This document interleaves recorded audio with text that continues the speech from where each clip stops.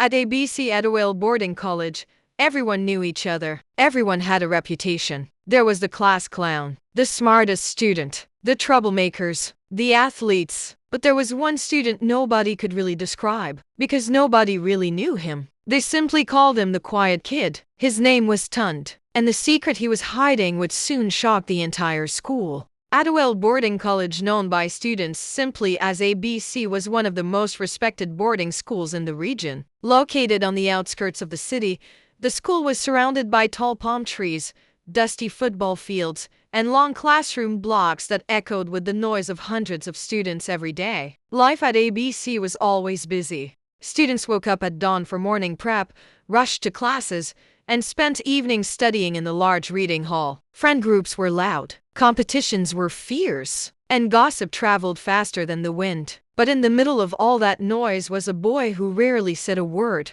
Tunde Adeyemi. Tunde had joined the school a year earlier. From the very first day, people noticed how quiet he was. He didn't argue. He didn't show off. He didn't even try to make friends. During class, he sat at the back near the window, always writing in a small notebook. During lunch, he usually sat alone. During sports hour, while others played football, Tunde often watched quietly from the sidelines. Some students thought he was shy. Others thought he was strange. But the truth was far more complicated. Tunde wasn't quiet because he had nothing to say. He was quiet because he had something important to hide. Every evening after prep time, when most students returned to their dormitories, Tunde went somewhere else. The school computer room. ABC's computer lab was old. Most of the machines were slow. Many students avoided the room because it felt boring. But Tunde loved it, because inside that quiet room was a world nobody else in the school understood.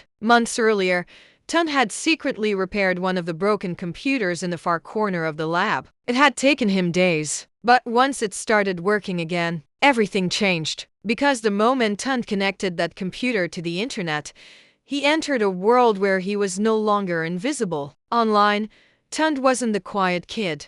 Online, he had another name, Ghostbite. And under that name, he had been quietly solving coding challenges, building programs, and even helping online communities fix security problems. Some people online believed Ghostbite was an adult programmer. Others thought he worked for a tech company. Nobody suspected that Ghostbite was actually a teenage student sitting inside a boarding school computer lab. For months, Tunde kept this secret. During the day, he was invisible. But every night behind that screen, he became someone powerful, someone respected, someone brilliant. Everything might have stayed that way, if not for what happened one Wednesday morning. The day started like any other. Students gathered in the assembly hall. The principal, Mr. Ogunlai, stood on the stage giving the usual morning announcements. But halfway through the speech, a teacher rushed onto the stage and whispered something in his ear. Mr. Ogunlai's face changed immediately. He grabbed the microphone again. "Students and staff, please remain calm. We are currently experiencing a serious problem with the school's computer system."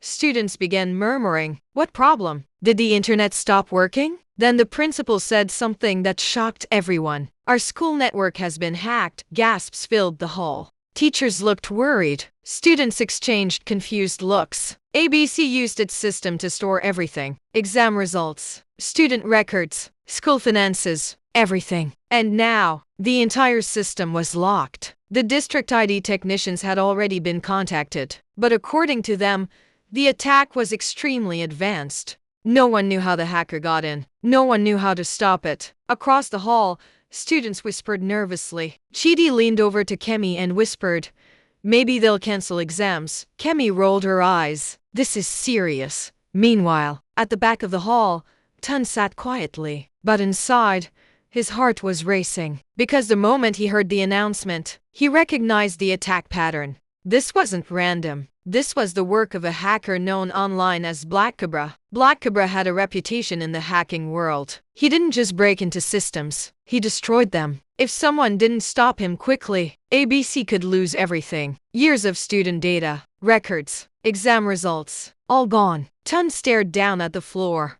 His mind raced with possibilities. He knew he had the skills to stop this hacker, but helping the school meant exposing something he had kept secret for so long. It meant revealing that the quiet kid everyone ignored was actually Ghostbite. And if that happened, nothing at ABC would ever be the same again. Just then, someone tapped his shoulder. It was Amina, one of the few students who had ever spoken kindly to him. "You look worried," she said softly. Tunde forced a small smile. "I'm fine."